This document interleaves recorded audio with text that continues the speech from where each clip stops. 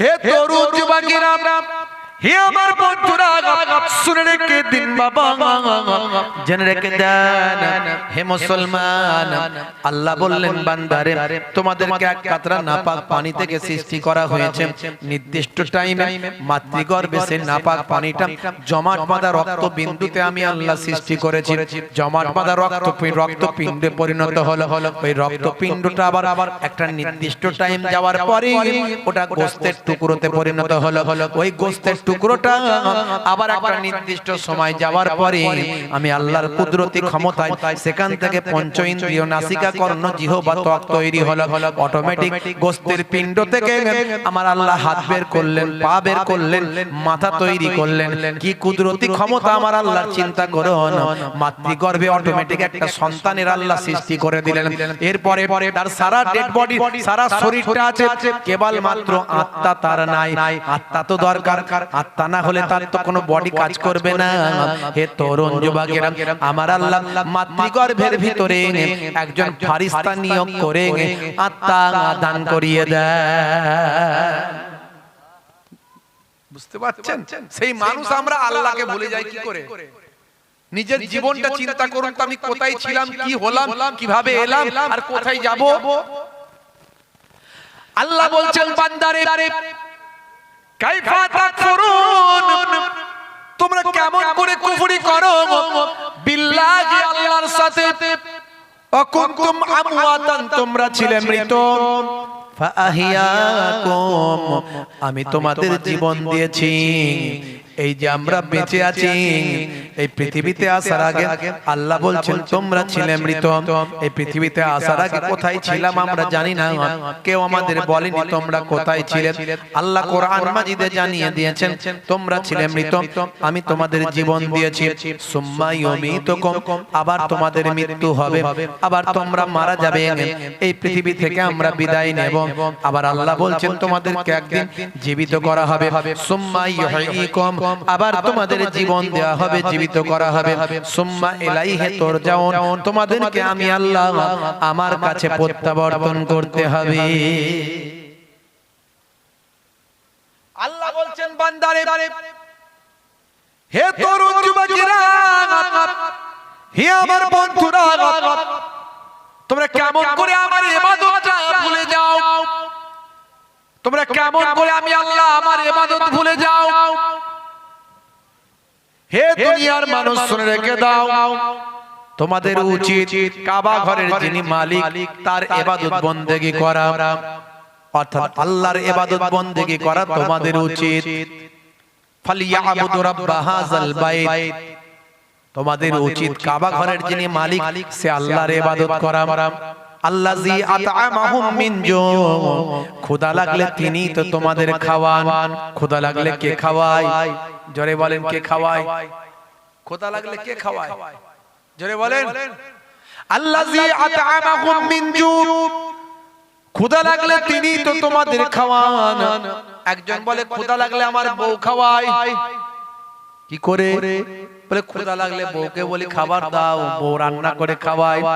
আমি বললাম ঠিক আছে ভাই, ক্ষুধা লাগলে বউ তোমাকে খেতে দেয়, কিন্তু গলায় যদি টিউমার হয়, পেটে যদি ক্যান্সার হয়, খাবারটা কেমন করে পেটের ভিতরে যাবে আমি জানতে চাই। তখন আর খাবার ভেতরে যাবে না।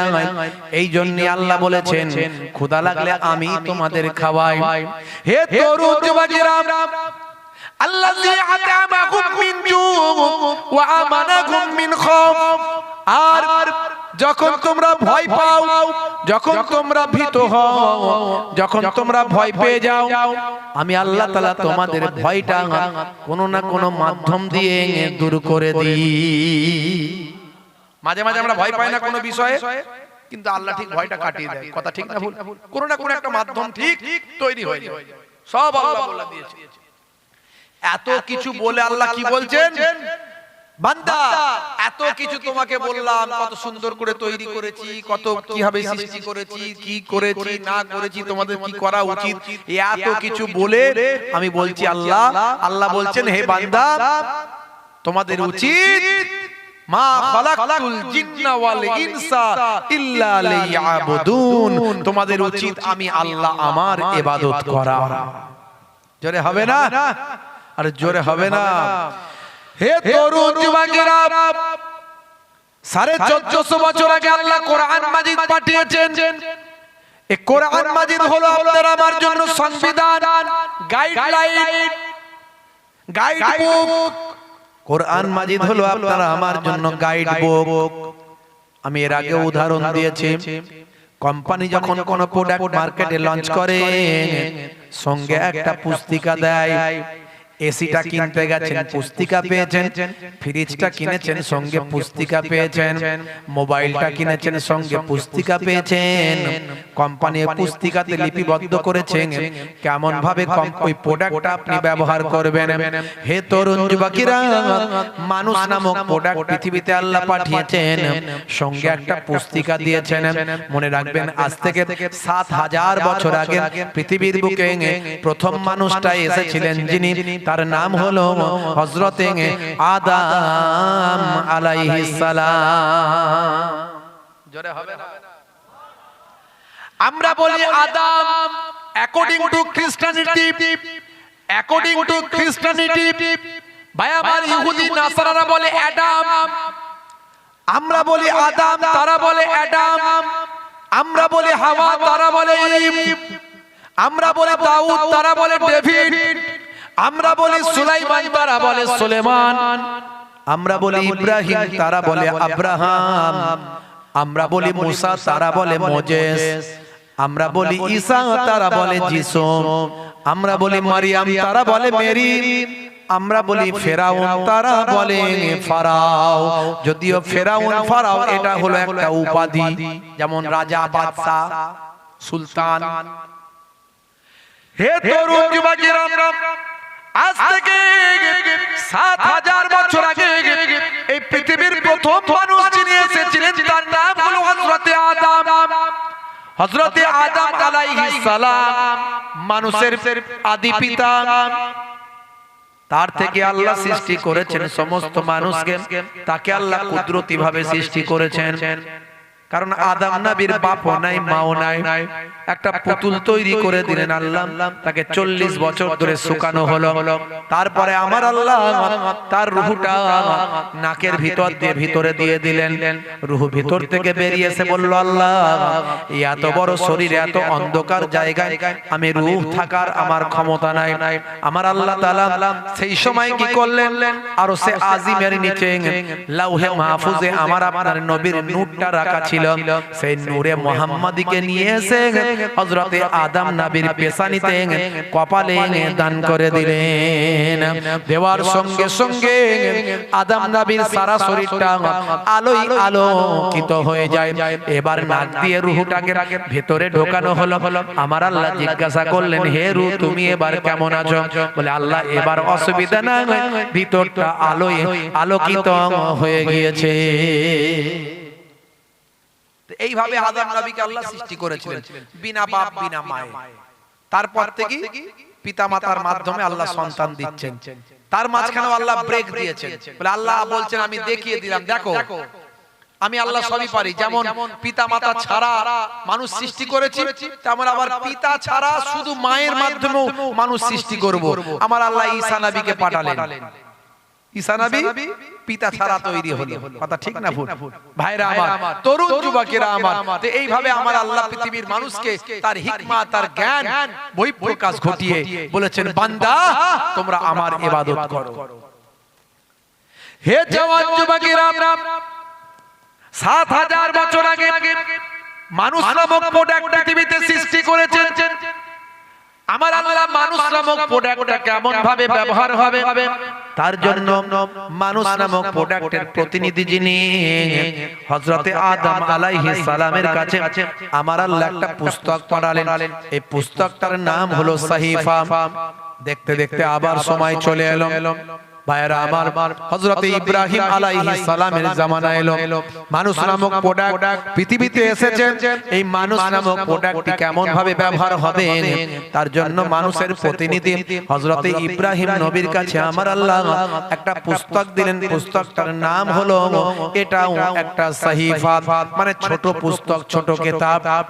এইভাবে চলতে চলতে সমস্ত প্রতিনিধিদের কাছে আল্লাহ পুস্তক দেন। হে তরুণ যুবকেরা, হে আমার বন্ধুরা, শুনে রেখে দিন বাবা, চলে এলো হযরত দাউদ নবীর জামানা।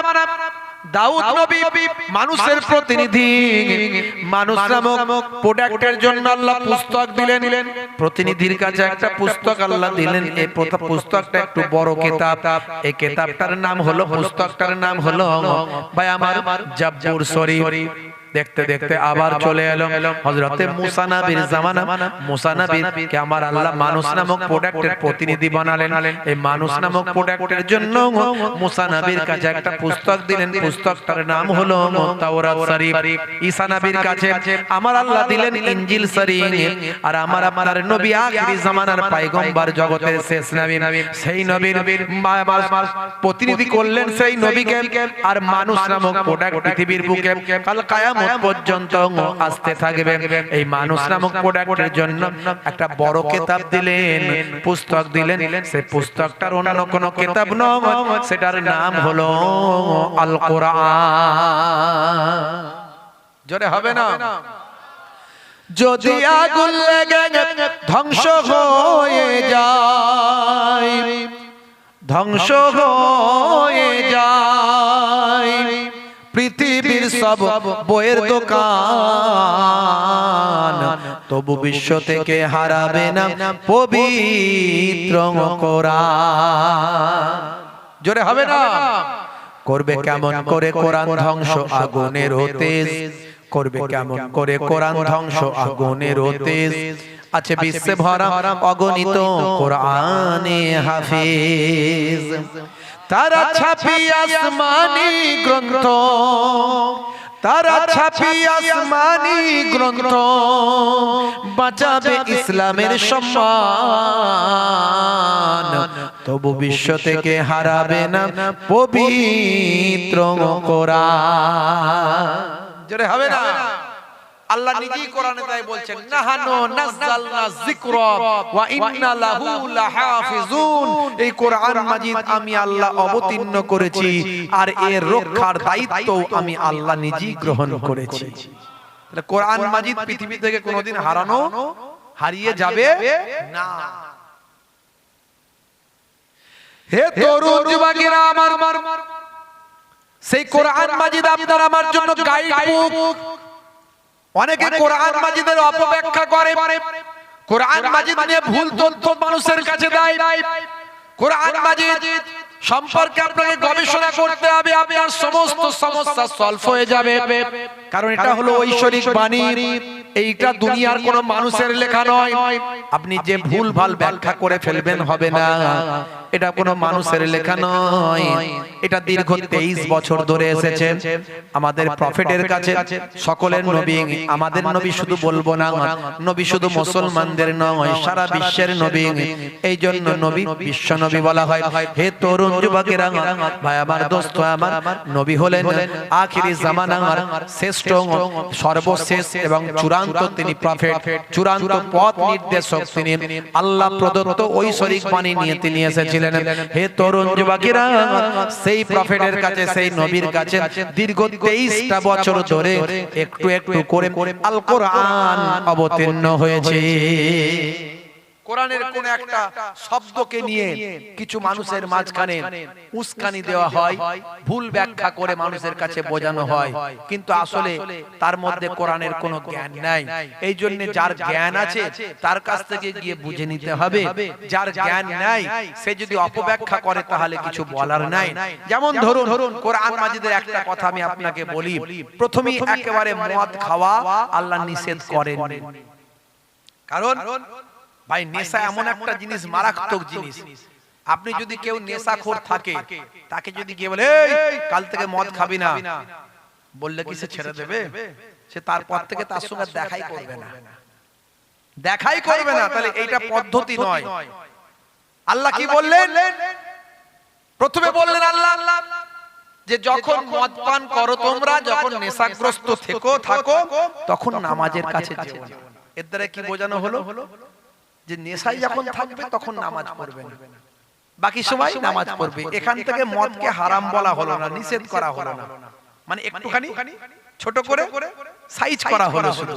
তারপরে যখন আর নবীর কথা নবীর ফলোয়ার্সরা সঙ্গে সঙ্গে শুনে নেয়, যখন নেশাগ্রস্ত থাকে তখন মদের দিকে যায় না।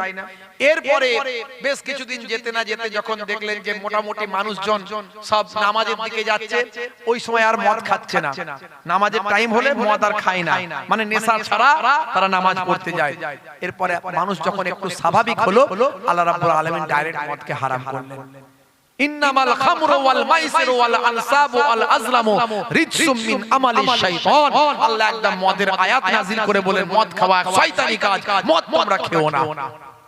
তাহলে বুঝতে হবে যে কোরআনের নিয়মটা দীর্ঘ 23 বছর ধরে বিভিন্ন অবস্থার পরিপ্রেক্ষিতে একটু একটু করে আল্লাহ অবতীর্ণ করেছেন, এবং যা বলেছেন সেখানে সবটাই শুধু সেই সময়কার মানুষের জন্য প্রযোজ্য তা নয়, বরং পৃথিবীর শেষ পর্যন্ত, ইবতিদা থেকে ইন্তেহা পর্যন্ত, স্টার্টিং থেকে এন্ডিং পর্যন্ত সমস্ত মানুষের জন্য। যেহেতু কোরআন ঐশ্বরিক বাণী, আল্লাহ প্রদত্ত বাণী, তাই সমস্ত মানুষের জন্যই সেটা প্রাসঙ্গিক এবং প্রযোজ্য হবে। জোরে বলুন সুবহানাল্লাহ। এটা নয় যে তৎকালীন যুগে প্রযোজ্য ছিল বাবা, এখন আধুনিক যুগে ওই কথার কোনো মূল্য নাই। আপনি ভাবুন তো, কোরআন মাজিদ এমন কথা বলে গেছে, একটাও আপনি ভাবতে পারবেন না যে তখনকার যুগে প্রযোজ্য ছিল, এখন আর প্রযোজ্য নয়, এখন ওসব কথা মানা যাবে না, এখন ওইসব কথা অপ্রাসঙ্গিক, এটা একটাও প্রমাণ করতে পারবে না।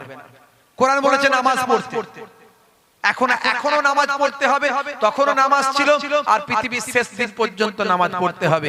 যারা কোরআন বিশ্বাস করে, যারা আল্লাহ বিশ্বাস করে, আর বিশেষজ্ঞরা যারা ভাই আমার শরীর সম্পর্কে সচেতন, তারা কোনোদিন অস্বীকার করতে পারে না। কারণ নামাজ এত সুন্দর একটা ব্যায়াম, যে ব্যায়াম করলে শরীর সুস্থ থাকে, এটাকে কেউ অগ্রাহ্য করার ক্ষমতা নাই। নামাজের পদ্ধতিকে দেখে সবাই বলেছে নামাজের থেকে ভালো ব্যায়াম আর কি হতে পারে। দেখছেন, অপ্রাসঙ্গিক করতে পারবেন না।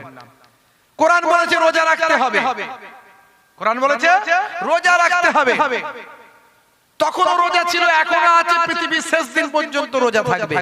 যারা কোরআন বিশ্বাস করে, আল্লাহ মানে, নবী মানে, যারা বিশেষজ্ঞ, স্বাস্থ্য বিশেষজ্ঞ, শরীর চর্চা করেন, শরীর সম্পর্কে বিশেষজ্ঞ, তারা বলছে আরে রোজার মধ্যে তো অটোফেজি হয়।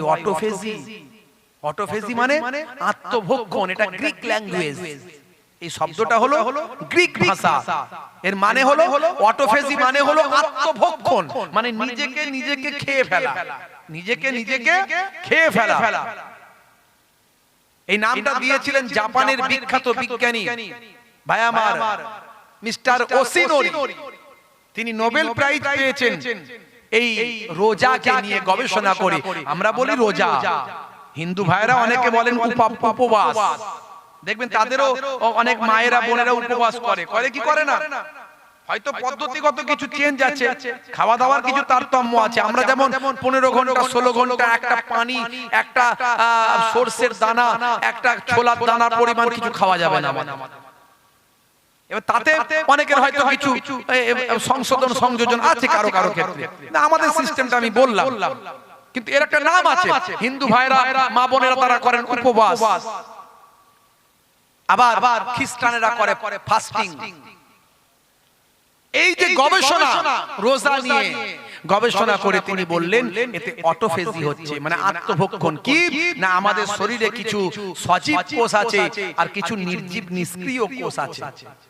নির্জীব নিষ্ক্রিয় কোষগুলো আমাদের শরীরের জন্য জঞ্জাল, এগুলো আবর্জনা, আর সজীব কোষগুলো তারা খাবার চায়। এই রমজানের রোজা রাখার কারণে ঘন্টার পর ঘন্টা আমরা যখন খাবার না দিয়ে, তারা খাবারের জন্য হাংরি হয়ে ওঠে, তারা বলে খাবার দাও, আমরা দিই না। তখন তারা নিরুপায় হয়ে ওই সজীব কোষগুলো নির্জীব কোষগুলোকে ভক্ষণ করে। এতে আমাদের শরীর তরতাজা হয়ে যায়, আবার শরীর ভাই আমার শক্তিশালী হয়ে যায় এবং ভিতরের পরিকাঠামো আরো সুন্দর হয়। শুধু তাই নয়, এই নির্জীব নিষ্ক্রিয় কোষগুলো ধ্বংস হয়ে গিয়ে শরীরকে আরো সতেজ করে ফেলে। এটা শরীরের জন্য উপকার। এটা ভাই আমার বিজ্ঞানী ওসিনোরি তিনি বলেন এ থেকে শরীর অনেক সুস্বাস্থ্যবান হয়ে যায়। ভাই আমার এর নাম দিয়েছে তারা অটোফেজি, আত্মভক্ষণ, যেটা গবেষণা করে ভাই আমার ওই বিজ্ঞানী জাপানের বিজ্ঞানী ওসিনোরি তিনি নোবেল প্রাইজ পেয়েছেন। তাহলে রোজা আপনি অস্বীকার করতে পারবেন না। এই জন্যই কোরআন আপনাকে বুঝতে হবে। হে তরুণ যুবকেরা, হে আমার বন্ধুরা, শুনে রেখে দিন বাবা, জেনে রেখে দেন। আর একটা উদাহরণ দিন, কোরআন মাজিদের আর একটা আয়াত আপনাকে বলি। এরকম কত বলবো, অসংখ্য বলতে পারবো আলহামদুলিল্লাহ, সময় চলে যাবে। বেশি উদাহরণ আমি দেব না, দুটো তো দিয়েছি, আর একটা দি বাবা। হে তরুণ যুবকেরা, কোরআনের একটা সূরা আছে, সূরার নাম হলো সূরা নাবা। এই সূরা নাবা আপনি খুলবেন, কয়েক লাইন পড়ার পরেই আপনি পাবেন এখানে আল্লাহ রাব্বুল আলামিন জানিয়েছেন ওয়াজআলনাল লাইলা লিবাসা। হে দুনিয়ার মানুষ, তোমাদের জন্য আমি রাত্রিকে তোমাদের জন্য পোশাক বানিয়ে দিয়েছি। রাতকে তোমাদের জন্য পোশাক করেছি। পোশাকের কাজ কি? শরীরের সঙ্গে লেগে থাকা, শরীরের সঙ্গে জড়িয়ে থাকা। হে তরুণ যুবকেরা, এই আয়াতের ব্যাখ্যা হলো তার মানে রাতটাকে তুমি শরীরের সঙ্গে জড়িয়ে রাখবে, অর্থাৎ তুমি অন্ধকারের মধ্যে থাকবে রাতের বেলা। ভালো করে বুঝবেন কথার মানে, রাতের বেলা তুমি অন্ধকারে থাকবে। হে তরুণ যুবকেরা, হে আমার মুরব্বিয়ানেরা, শুনে রেখে দিন, জেনে রেখে দিন বাবা, 1450 বছর আগে আমার আল্লাহর কোরআন জানিয়ে দিল রাতের বেলা তুমি অন্ধকারের মধ্যে থাকবে, অন্ধকারে নিজেকে জড়িয়ে রাখবে। রাতটাকে তোমাদের জন্য পোশাক বানানো হয়েছে। আর সহিহ বুখারীর 5624 নাম্বার হাদিসে, সহিহ বুখারীর 5624 নাম্বার হাদিসে আল্লাহর নবী বলছেন আতফাউল মাসাবিহা ইযা রাকাতুম, আতফাউল মাসাবিহা, আতফাউল মাসাবিহা ইযা রাকাতুম, অর্থাৎ যখন তুমি ঘুমাবে তখন লাইটটা বন্ধ করে দেবে। কোরআন মাজিদ বলল রাতকে তুমি পোশাক বানিয়ে নাও। রাতের বেলা রাত অন্ধকারটাকে পোশাকের মতো জড়িয়ে নাও। আর হাদিসে আরো খোলাসা করে ব্যাখ্যা করে আল্লাহর নবী বলছেন যখন তুমি ঘুমাবে তখন তুমি লাইটটা বন্ধ করে দেবে, আলোটা নিভিয়ে দেবে। হে তরুণ যুবকেরা, এই কথাগুলো আজকের যুগের কথা নয়, এই কথাগুলো 1450 বছর আগের যুগের কথা। হে তরুণ যুবকেরা, যে সময় কোনো প্যাথোলজি ছিল না, যে কোনো সময় কোনো আল্ট্রাসাউন্ড ছিল না, এমআরআই ছিল না, যে সময় কোনো সিটি স্ক্যান ছিল না, যে সময় কোনো কোনো গবেষণা কেন্দ্র ছিল না, নাসা ছিল না, ইসরো ছিল না, সেই সময়কার এগুলো কথা। আজকে যখন নাসা হয়েছে, আজকে যখন ইসরো হয়েছে, প্যাথোলজি হয়েছে, সিটি স্ক্যান হয়েছে, মাইক্রোস্কোপ হয়েছে, স্ট্যাথোস্কোপ হয়েছে, বারোমিটার থার্মোমিটার হয়েছে, আজকে যখন আল্ট্রাসাউন্ড হয়েছে, আজকে যখন এক্স-রে মেশিন হয়েছে, বিভিন্ন টেস্টিং যন্ত্রপাতি যখন গবেষণার কেন্দ্রে কাজে লেগেছে বাবা। হে তরুণ যুবকেরা, আজকের স্বাস্থ্য বিশেষজ্ঞরা বলছেন মানুষ যখন ঘুমিয়ে যায়, হে জওয়ান যুবকেরা, মানুষের মাথার ভিতর থেকে কয়েক ধরনের হরমোন নিঃসৃত হয়। 5 ধরনের হরমোন, 5টা। মানুষ ঘুমিয়ে যাওয়ার পরে, হে তরুণ যুবকেরা, হে আমার বন্ধুরা, শুনে রেখে দিন বাবা, মানুষ ঘুমিয়ে যাওয়ার পরে অন্তত ঘুমের 2 ঘন্টা পর চোখ যদি ব্রেনকে সিগন্যাল দেয়, হে ব্রেন, অন্ধকারের মধ্যে আমি ঘুমিয়ে আছি, যদি অন্ধকার বলে ব্রেন জানতে পারে তবে মাথার পেছন সাইড থেকে এক ধরনের হরমোন বের হয়, এই হরমোনটার নাম হলো মেলাটোনিন। এই মেলাটোনিন হরমোনটা একটা মারাত্মক হরমোন, যে হরমোনটা বের হয়ে রক্তের সঙ্গে মিশে যায়, রক্তের সঙ্গে মিশে গিয়ে আমার ক্যান্সার থেকে শরীরকে প্রতিরোধ করে। যে রক্তের কারণে, যে হরমোনের কারণে শরীরটা ক্যান্সারে আক্রান্ত থেকে বেঁচে যায়, তার নাম হলো মেলাটোনিন। আর এই হরমোনটা ভাই আমার বের হওয়ার জন্য রাতের বেলা ঘুমটা অন্ধকারের ভিতরে ঘুমানো চাই। জোরে হবে না? দেখেছেন কোনটাকে অস্বীকার করবেন? কটা বলবো আমি? এভাবে বলতে গেলে আমার ঘন্টার পর ঘন্টা চলে যাবে। আমি একটা একটা করে কোরআন আর হাদিস থেকে যদি বলি আর কম্পেয়ার করে যদি দেখাই, বেশি উদাহরণে যাব না বাপ। এই কথাগুলো কেন বলছি বলুন তো? যাতে আপনাকে, আপনার মধ্যে বিশ্বাস তৈরি হয়। হ্যাঁ, মানুষ নামক প্রোডাক্ট পৃথিবীতে এসেছে, এই মানুষ নামক প্রোডাক্টটা কেমন ভাবে ব্যবহার হবে তার জন্য আল্লাহ পুস্তক দিয়েছেন আর প্রতিনিধি পাঠিয়েছেন। প্রতিনিধি এসেছিলেন আমাদের নবী, তিনি আপনাকে আমাকে গাইড করে দিয়ে চলে গেছেন, তার বাণী দিয়ে চলে গেছেন। আর কোরআন মাজিদ এখনো আপনার আমার সামনে বিদ্যমান আছে। আমাকে আপনাকে বিশ্বাস করতে হবে, মানতে হবে। আর এই কথাগুলোকে আপনি কি করে অবিশ্বাস করবেন? তৎকালীন যুগে আরব এমন একটা যে জায়গা, যেটা একটা বেদুইন এলাকা, বেদুইন যাযাবর সম্প্রদায়। এই যাযাবর সম্প্রদায়ের মাঝখানে আল্লাহ নবীকে পাঠাচ্ছেন আর কোরআন দিচ্ছেন। এরপরেও কি আপনার বিশ্বাস হচ্ছে না যাযাবর সম্প্রদায়ের মানুষ কি এত জ্ঞান তাদের ছিল? আর আমার নবী, আমার রাসূলকে আল্লাহ যাতে করে মানুষ না বলতে পারে এটা মুহাম্মাদের লেখা, তাই আমার নবীকে আল্লাহ উম্মি করেছিলেন। আমার নবী সেই তৎকালীন যুগে প্রথাগত কোনো মানুষের কাছ থেকে শিক্ষা লাভ করেননি। আমার আল্লাহ কুদরতি ভাবে তাকে শিক্ষা দান করিয়েছেন। বুঝতে পারছেন? হে তরুণ যুবকেরা, হে আমার বন্ধুরা, আমার আপনার নবী আখিরি জামানার পয়গম্বর, জগতের শেষ নবী। হে জওয়ান যুবকেরা, হে আমার বন্ধুরা, নবী আমার পৃথিবীর জমিনে যখন এলেন, পৃথিবীর মানুষ আনন্দিত হলো, পৃথিবীর মানুষ খুশি হয়ে গেল। মানুষ অনাচার, অত্যাচার, পাপাচারে লিপ্ত ছিল। কারণ ঈসা নবী থেকে আমাদের নবী আসা পর্যন্ত গ্যাপটা হলো কিছু কম বেশি 500 বছর। এই 500 বছরে কোনো নবী ছিল না, পয়গম্বর ছিল না।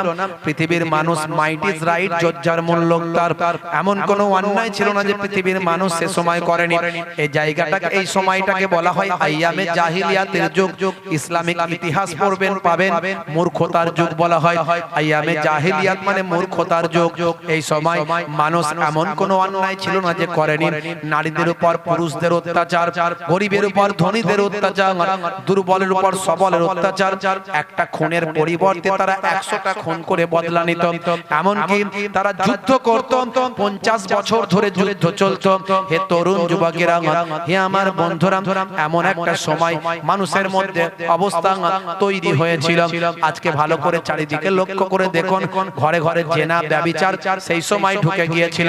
আজও দেখুন, চারিদিকে তাকিয়ে দেখুন, আইয়ামে জাহিলিয়াতের যে সময়টা, যে চিত্রটা আজকের যুগে ভাই আমার আমাদের মাঝখানে পরিস্ফুটিত হয়। আজও দেখবেন ভাই আমার ঘরে ঘরে জেনা ব্যভিচার মানুষ লিপ্ত আছে। আজ ঘরে ঘরে অশ্লীলতা, অন্যায়, অবিচার, পাপাচারে লিপ্ত হয়ে গেছে। ভাইরা আমার, মানুষ মেরে নেওয়া, কেড়ে নেওয়া, জেনা ব্যভিচার, খুন খারাপি করছে। আজকে তার দিকে তাকিয়ে দেখুন, হে তরুণ যুবকেরা, দুর্বলের উপর সবলের অত্যাচার, সবলের উপর দুর্বলের, ভাই আমার দুর্বলের উপর সবলের অত্যাচার, গরিবের উপর ধনীদের অত্যাচার, নারীদের উপর পুরুষদের অত্যাচার। এখন সমাজে একটা চিত্র তৈরি হয়েছে। যারা প্রকৃত ইসলাম মানে না, যারা নবী মানে না, আল্লাহ মানে না, তারা এগুলো বুঝতে পারবে না। একটু ভালো করে কম্পেয়ার করতে হবে, পড়াশোনা করতে হবে। আমার নবী কি শিখিয়েছেন আর আমরা কিভাবে জীবন যাপন করছি, একটা চিত্র ফুটে উঠেছে। দেখুন, তখনও যুদ্ধ চলতো 50 বছর ধরে, এখনো বছরের পর বছর ধরে যুদ্ধ চলছে। একটু দেখুন তাকিয়ে ইউক্রেন রাশিয়া কি হচ্ছে, মধ্যপ্রাচ্যে 1.5 বছর ধরে যুদ্ধ চলছে। এখন একটু কমেছে, তাও ভাই আমার ওই ইয়াহুদ, কি বলবো, ইয়াহুদরা এরা প্রথম থেকেই বড্ড একটা বাজে সম্প্রদায়। এরা এত নির্দয়, এদের মধ্যে কোনো দয়া মায়া নাই। ভাই আমার, তাদেরকে থাকার জায়গা দিয়েছিল, এদের কোনো থাকার জায়গাই ছিল না। নাৎসিরা এদেরকে ধ্বংস করে দিয়েছিল, হিটলার এদেরকে শেষ করে দিয়েছিল। এদেরকে জায়গা দিয়েছিল মুসলমানেরা, ফিলিস্তিনিরা এদেরকে জায়গা দিয়েছিল। অথচ এরাই আজকে ভাই আমার সেই জায়গাগুলোকে নিজেরা দখল করে নিয়ে ক্ষমতা বিস্তার করে নিজেদের টেকনোলজি, নিজেদের সহযোগিতাকে কাজে লাগিয়ে আজকে সারা পৃথিবীকে এরা একটা মায়া জালের মধ্যে আবদ্ধ করে ফেলেছে। আজকে টোটাল সারা বিশ্বটাকে এরা কন্ট্রোল করছে। এরা আজকে ভাবছে আমরা পৃথিবীটাকে নিজেরা সব গ্রাস করে ফেলবো। আজকে যেখানে ইমানদারেরা যখন বুঝতে পেরেছে যে সব কিছুকে এরা দখল করে নিচ্ছে, তখন তারাই প্রতিরোধ করছে। করতে গিয়ে তাদের সঙ্গে লড়াই হচ্ছে। 50,000-এরও বেশি মানুষ শহীদ হয়ে গেছে। আপনারা জানেন ভাইরা আমার, তরুণ যুবকেরা আমার, মুরব্বিয়ানেরা আমার, এই অন্যায়, অত্যাচার, পাপাচার মানুষ লিপ্ত হয়ে আছে। এই সময় আজকে তাকিয়ে দেখুন, আর সেই সময়তেও তাই ছিল। আমার নবীকে আল্লাহ পাঠিয়ে পৃথিবীকে ঠান্ডা করেছেন। আখেরি জামানায় আর নবী তো আসবেন না, আসবেন ইমাম মাহদি, আসবেন হযরতে ঈসা রূহুল্লাহ। জোরে বলুন সুবহানাল্লাহ। পৃথিবী আবার ঠান্ডা হবে, বুঝতে পারছেন? পৃথিবী আবার ঠান্ডা হবে, আর সেই সময় আমার নবীকে পাঠিয়ে পৃথিবীকে আল্লাহ ঠান্ডা করেছেন। 12 রবিউল আউয়ালে রহমত ওয়ালা নবী এলো রে, সাফাতের তাজ পরে জামিনে বরকত ওয়ালা নবী এলো রে ভাই, এলো রে ভাই, এলো রে কাউসার ওয়ালা নবী এলো রে। জোরে হবে না? জোরে হবে না? ওই কুরাইশ বংশের ভিতরে মা আমিনা রেহেমে এলে তুমি নূর জেলে আব্দুল্লাহর ওই বাগানে। ওই বাগানের ফুলকলি, ওই বাগানের ফুলকলি ফুটলো সারা ভুবনে। 12 রবিউল আউয়ালে রহমত ওয়ালা নবী এলো রে, সাফাত তাজ পরে জামিনে বরকত ওয়ালা নবী এলো রে ভাই, এলো রে ভাই, এলো রে কাউসার ওয়ালা নবী এলো রে। জোরে হবে না? আর জোরে হবে না? ওই আকাশ বাতাস চন্দ্র তারা খুশিতে তারা মেতেছে, আসমানের হুর ফারিস তারা দেখার তরে উকি মেরেছে। আর জোরে হবে না?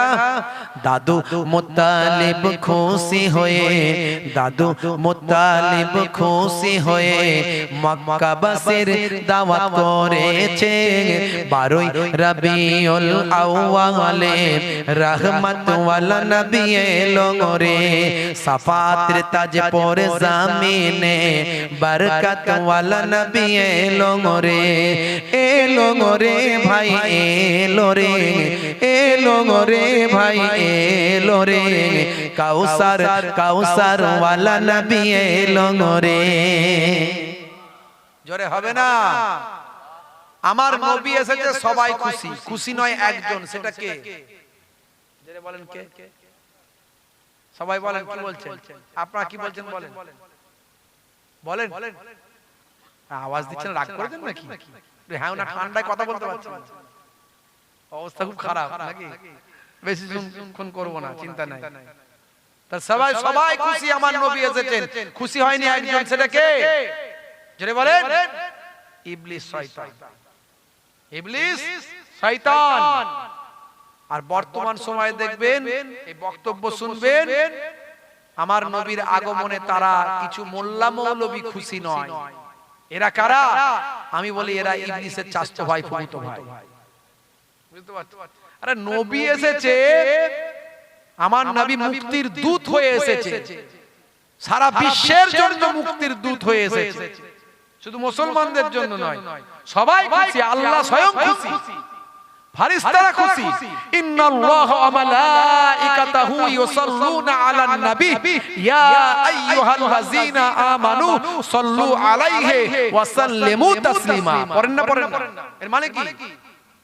ইন্না মানে নিশ্চয়, আল্লাহ মানে আল্লাহ, ওয়া মালাইকাতাহু তার মালাইকা ফারিস্তারা, ইউসাল্লুনা আলান নবী নবীর উপর দরুদ পেশ করে। ইয়া আইয়ুহাল্লাযীনা আমানু, হে বিশ্বাসী বান্দারা, সাল্লু তোমরাও দরুদ পেশ করো, ওয়া সাল্লিমু তাসলিমা এবং সালাম পেশ করো সম্মানের সঙ্গে। জোরে বলুন সুবহানাল্লাহ। আল্লাহ বলছেন, হে বিশ্বাসী বান্দারা, তোমরা দরুদও পড়ো এবং সালামও দাও। দরুদ আলাদা, সালাম আলাদা। দরুদও পড়ো, অও আছে, অও। ইউসাল্লুনা আলান নবী ইয়া আইয়ুহাল্লাযীনা আমানু সাল্লু আলাইহি, সাল্লু আলাইহি তোমরা দরুদ পেশ করো, ওয়া সাল্লিমু এবং সালামও দাও। ও আছে এখানে, দরুদ আলাদা, সালাম আলাদা। তাহলে দরুদও দাও, দরুদ পড়ো, আর সালামও দাও। সালামটা কেমন দেবে? তাসলিমা, সম্মানের সঙ্গে। জোরে বলুন সুবহানাল্লাহ। আল্লাহ বললেন সম্মানের সঙ্গে দিতে। কেউ বলছে আমরা শুয়ে শুয়ে নবীকে সালাম দিই, ওটাই আমাদের সম্মান। তো দাও, শুয়ে শুয়ে সম্মান দাও নবীকে, অসুবিধা কি আছে? দাও। তোমার কাছে আল্লাহ তো বলেনি যে শুয়ে দাও, বসে দাও, দাঁড়িয়ে দাও, কিছু বলেনি। বিতর্ক এখান থেকে বিতর্ক, ইসলামের বিতর্কগুলো এইগুলো বিতর্ক, ভেরি সিম্পল। এইগুলো নিয়ে বিতর্কের কিছুই নাই, তবুও কিছু মানুষ বিতর্ক করবে। আল্লাহ বলছেন সম্মানের সঙ্গে সালাম দাও, এটুকু ক্লিয়ার করে দিয়েছেন আল্লাহ, সম্মানের সঙ্গে দাও। কেউ বলছেন শুয়ে শুয়ে দেবো, এটাই আমার সম্মান। কেউ বলছে আমি বসে বসে দেবো, তো দাও, অসুবিধা কি আছে? না, ও শুয়ে দিচ্ছে কেন? ও বলছে তুই বসে দিচ্ছে কেন? গন্ডগোল কথা বুঝতে পারছেন তো? এই কথাটাকে বুঝলে আপনি পুরো গন্ডগোল ক্লিয়ার হয়ে যাবে। মৌলানা লড়াই করছে না, বক্তায় বক্তায় যুদ্ধ, ওকে কাফের, ওকে বেঈমান এসব করছে, এইগুলো নিয়ে এটা একটা থেকে উদাহরণ দিলে বুঝতে পারবেন। কেউ বলছে না, আমরা নবী, আল্লাহ বলেছেন নবীকে সম্মান দিতে, আমরা দাঁড়িয়ে দাঁড়িয়ে নবীকে সালাম দেব। ইয়া নবী সালামু আলাইকা, ইয়া রাসূল সালামু আলাইকা, আমরা দাঁড়িয়ে দাঁড়িয়ে দেব। জোরে বলুন সুবহানাল্লাহ। আমার দাদা হুজুর কেবলা ফুরফুরা শরীফ মুজাদ্দিদুজ জামান পীর আবু বকর সিদ্দিক রাহমাতুল্লাহ আলাইহি, যাকে জামানার মুজাদ্দিদ আল্লাহ করেছিলেন, যিনি যুগ সংস্কারক ছিলেন, তিনি বললেন দেখো 1450 বছর ধরে বুজুর্গানে দিন, বড় বড় আল্লাহর মাহবুব বান্দারা সব নবীকে সালাম যখন দিয়েছে, দাঁড়িয়ে দিয়েছে, আমরা দাঁড়িয়ে দেব। জোরে হবে না? তবে বাবা, কেউ যদি বসে বসে নবীকে সালাম দেয়, তাকে জোর করে তুলবে না। তার বসে দিতে ইচ্ছা করেছে দি, ওটাই সে মনে করছে যে সম্মান দিচ্ছি, তো ঠিক আছে দিক। কেউ শুয়ে দিলে তাই দিক, শুয়ে শুয়ে সম্মান দিচ্ছে নবীকে দিক, কিন্তু আমরা দাঁড়িয়ে দাঁড়িয়ে নবীকে সম্মান দেব। জোরে হবে না? বাবা, এই সমস্ত কথাগুলো নিয়ে ঝগড়া অশান্তি করো না গো। আল্লাহর নবীর ডাইরেক্ট হাদিস, সিবাবুল মুসলিমে ফুসুকুন ওয়া কিতালুহু কুফরুন। এক মুসলমান ভাই, ঈমানদার ভাই, আরেক ভাইকে যদি গালি দেয়, এটা সে ফাসিক হয়ে যাবে, ফাসিক হয়ে যাবে আল্লাহর খাতায়। আর হত্যা করলে কুফরি হয়ে যাবে, হত্যা করলে কুফরি হয়ে যাবে। বাবা, এগুলো নিয়ে ঝগড়া করো না, ঝগড়া করলে বেশি গুনাহ। আল্লাহ তো বলেনি দাঁড়িয়ে দাও, বসে দাও, শুয়ে দাও। আল্লাহ বলেছে সম্মানের সঙ্গে দাও, তুমি যেটাই সম্মান মনে করো সেটাই দাও। তা আমরা দাঁড়িয়ে সম্মান মনে করি, দাঁড়িয়ে দিই। আর কিছু মানুষ বলে দাঁড়িয়ে কিয়াম করা চলবে না, হারাম। বলে কি বলে না? ওকে বলবে কাফের, ওকে বলবে অমুক। খুব সাবধান, আখেরি জামানা। ইসলাম শান্তির কথা বলে, ইসলাম ভ্রাতৃত্বের কথা বলে, ইসলাম মুসলমান মুসলমানের কথা বলে। আল মুসলিমু আখুল মুসলিম, মুসলমান মুসলমানের ভাই, কালেমার ভাই। কিসের ভাই? কালেমার ভাই, ঈমানের ভাই। ইসলামের মধ্যে এত ব্যাপকতা, কি সুন্দর ব্রডনেস। শুধু মুসলমানই যে আপনার ভাই তা নয়, ইসলাম এটুকু বলে শেষ করলো না। এরপরেও ইসলাম বলে দিল দেখো, মুসলমান মুসলমানের কালেমার ভাই, আর সারা বিশ্বের মানুষ তোমার রক্তের ভাই। জোরে হবে না? রক্তের সম্পর্কে হিন্দুও তোমার ভাই, খ্রিস্টানও তোমার ভাই, জৈন বৌদ্ধ তোমার ভাই। ইসলামের ব্যাপকতা দেখলে আপনি, মাধুর্য দেখলে আপনি মুগ্ধ হয়ে যাবেন। এমনি কেসিয়াস কেলে, Tyson, Hanuman, Gary Miller, Jennifer, পৃথিবী বিখ্যাত বিখ্যাত সেলিব্রিটি মাইকেল জ্যাকসন মারা যাওয়ার বেশ বহু বছর আগে কালেমা পড়ে দয়ার নবীর শিষ্য হয়ে মিকাইল নাম নিয়েছিল। এমনি নাকি? অত সহজ নয়। যে বোঝে না সে বোঝে না। যে বোঝে যদি ইসলাম নিয়ে একটু গবেষণা করে, সে বিশ্বাস আমি করি এটুকুই যে সে নবীর প্রেমিক হতে হবেই তাকে। সে প্রকাশ্য হোক আর অপ্রকাশ্য হোক, হতেই হবে। কারণ যারা বোঝে না, কটু কথা বলে, তারা পড়ে না, জানে না, স্টাডি করে না, তারা ওই বাইরে থেকে বলছে। বুঝতে পারছেন? এমনি তো সারা পৃথিবীতে চক্রান্ত চলছে। একটা বিশেষ করে ইয়াহুদ আর নাসারা, ইয়াহুদ আর নাসারা, বিশেষ করে ইয়াহুদরা, ওই যে নেতা ইয়াহুদ দলেরা, এরা চিন্তা করছে আমরা যদি পৃথিবীর পুরো পৃথিবীটাকে কন্ট্রোল করতে না পারি, তাহলে নবীর শিষ্যরা কন্ট্রোল করে ফেলবে। এই ওদের টার্গেট। কারণ যদি এরা নবীকে ভালো করে ফলো করে, তাহলে এরা পুরো পৃথিবীকে কন্ট্রোল করে ফেলবে। এইটা ওদের টার্গেট। ভয়, সেই ভয় থেকে ওদের কাজ করছে। ওই জন্য ওরা চেষ্টা চিন্তায় আছে কবে ওদের মাসিহুদ দাজ্জাল আসবে। মাসিহুদ দাজ্জাল কবে আসবে? ওরে আমেরিকা থেকে 4টে লাল গরু নিয়ে এসেছে, 4টে লাল গরু নিয়ে এসেছে। ওদের ধর্মীয় বিশ্বাস হলো ওই গরু, লাল গরু, যে গরু ভাই আমার যার শরীরে সারা শরীরটা লাল হবে, তাদের পুস্তকের সঙ্গে মিলে যাবে, সেই লাল গরুকে জবাই করে ভস্ম করবে, পুড়িয়ে ফেলবে। ফেলার পরে বাইতুল মুকাদ্দাস ভেঙে দিয়ে সেখানে একটা টেম্পল তৈরি করবে, তাদের একটা উপাসনা গৃহ তৈরি করবে। তারপরেই তাদের মাসিহুদ দাজ্জাল আসবে। সেই মাসিহুদ দাজ্জাল এসে সারা পৃথিবীকে কন্ট্রোল করবে। কিন্তু তারা জানে না, তারা যে ধর্মগ্রন্থ থেকে বলছে সেটা আমরা বিশ্বাস করি। তারা তাওরাত থেকে বলছে মুসা নবীর উপর তাওরাত এসেছিল, আমরা বিশ্বাস করি। কিন্তু সে তাওরাতকে তারা বিকৃত করেছে, কারণ তাওরাত মুখস্থ করার কেউ ছিল না। আর সর্বশেষ চূড়ান্ত কিতাব আল কোরআন, সেটা তারা জানে কিন্তু মানে না। আমাদের নবী চূড়ান্ত নবী, জানে কিন্তু মানে না। কিন্তু সেই চূড়ান্ত নবী বলে দিয়ে গেছে দাজ্জাল আসবে, এটা ঠিক। কিন্তু দাজ্জালকে ধ্বংস করার জন্য ইমাম মাহদী আসবেন, আর হযরত ঈসা রূহুল্লাহ আসমান থেকে নেমে আসবেন। জোরে হবে না? ভাইরা আমার, তরুণ যুবকেরা, মুসলমান, তার আগে আমাদের ঈমানকে মজবুত করতে হবে, মানুষকে ভালোবাসতে হবে। হিন্দুকে ভালোবাসো, খ্রিস্টান, জৈন, বৌদ্ধকে ভালোবাসো, মানুষকে ভালোবাসো, মানুষের পাশে থাকুন।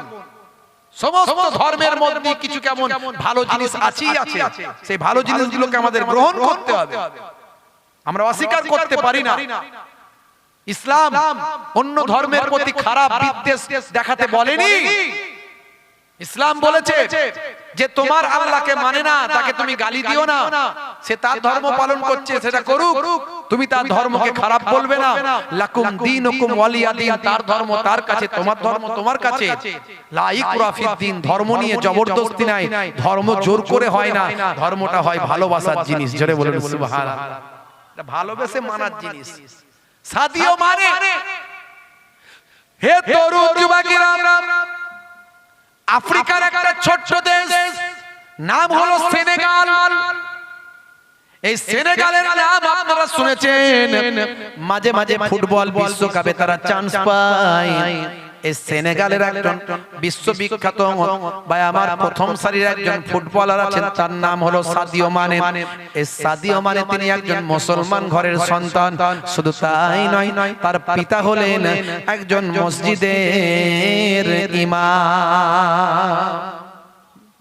হে তরুণ যুবকেরা, হে আমার বন্ধুরা, হে আমার মুরব্বিয়ানেরা, শুনে রেখে বাবা, এই সাদিও মানের জীবনী আমি পড়ছিলাম।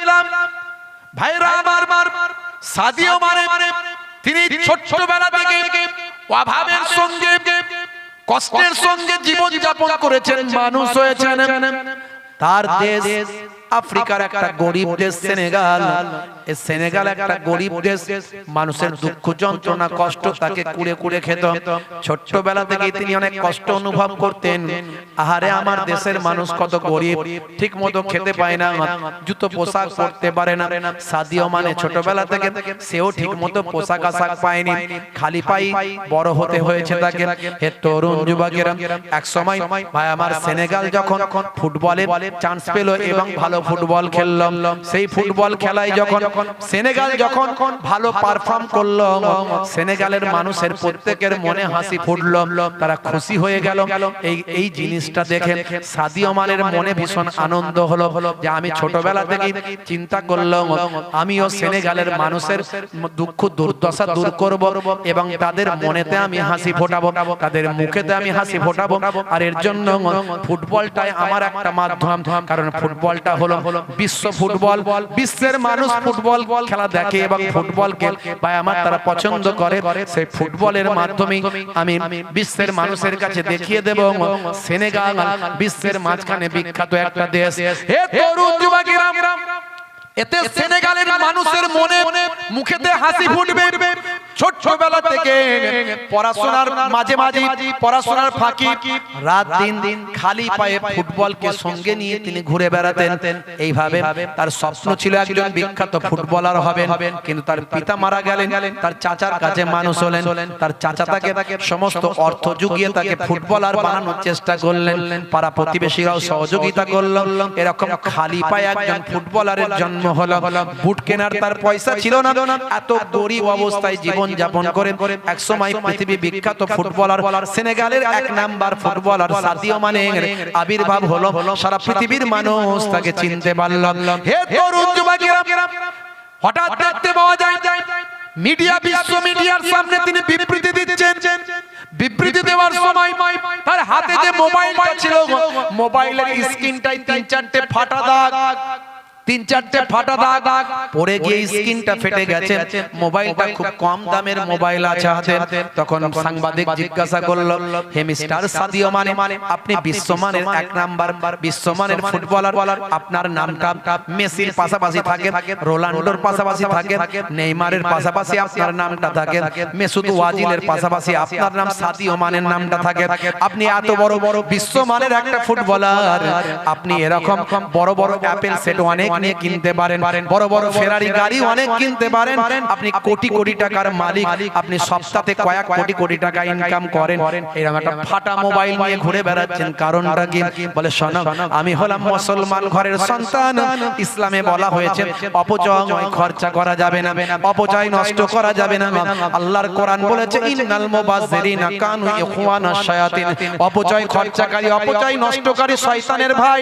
শুনে রেখে দাও, আমার এই ফাটা স্ক্রিনটা হয়তো ফেটে গেছে, কিন্তু মোবাইলটা ভালো আছে, কম দাম হতে পারে, এটা অ্যাপেল নয় বটে, এটা কম দাম, কিন্তু মোবাইলটার কোনো সমস্যা নাই, এই মোবাইলটাই আমার কাজ চলে যাচ্ছে, স্ক্রিনটা পাল্টে নিলে ঝামেলা মিটে যাবে।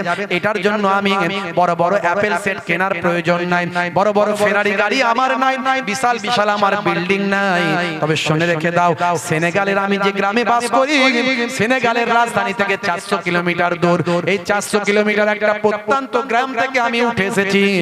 আজকে গিয়ে সেই গ্রামে দেখবেন আমি হসপিটাল করে দিয়েছি, আমি স্কুল করে দিয়েছি, আমি কলেজ করে দিয়েছি, স্বাস্থ্য কেন্দ্র করে দিয়েছি, ফুটবলার বানানোর জন্য ফুটবল মাঠ তৈরি করেছি, সেখানে আমার হাজার হাজার ছেলেদেরকে কোচিং দিই, আমি আমার গ্রামটাকে শহর বানিয়েছি, আর নবীর আদর্শ মানুষের কাছে আমি ছড়িয়ে দিয়েছি। জোরে হবে না, জোরে হবে না।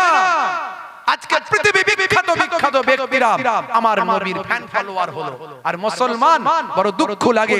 আজকে যুগ জামানা এমন এক সময় আমরা পৌঁছে গেছি, মুসলমানের ছেলে আজকে শাহরুখ খানের ভক্ত, সলমান খানের ভক্ত, এদিকে চুল চেঁচে ফাঁকা করেছে, ওদিকে চুল চেঁচে ফাঁকা করে দিয়েছে, এদিকের মাথা থেকে চুলটাকে তুলে নিয়ে এসে পেছনে নিয়ে এসে মেয়েদের মধ্যে ঝুটি করে বেঁধে তাকে কালারিং করে দিয়েছে, দিয়ে বলে হাই রে হাই, শাহরুখ খান আমার ফুফতো ভাই, সলমান খান আমার চাচতো ভাই, কাজল আমার বোন, দেখ আমার চুলের ধুম, ভাইরা আমার মাথার চুলটা রেখে এদিকটাই কাকাতুয়ার মাথায় ছুটি, ফ্যাক্সিয়ালি পালাই ছুটি, গরু বাছুর দাঁড়িয়ে আছে আর ঘুঘু পাখি ডাকতে গেছে।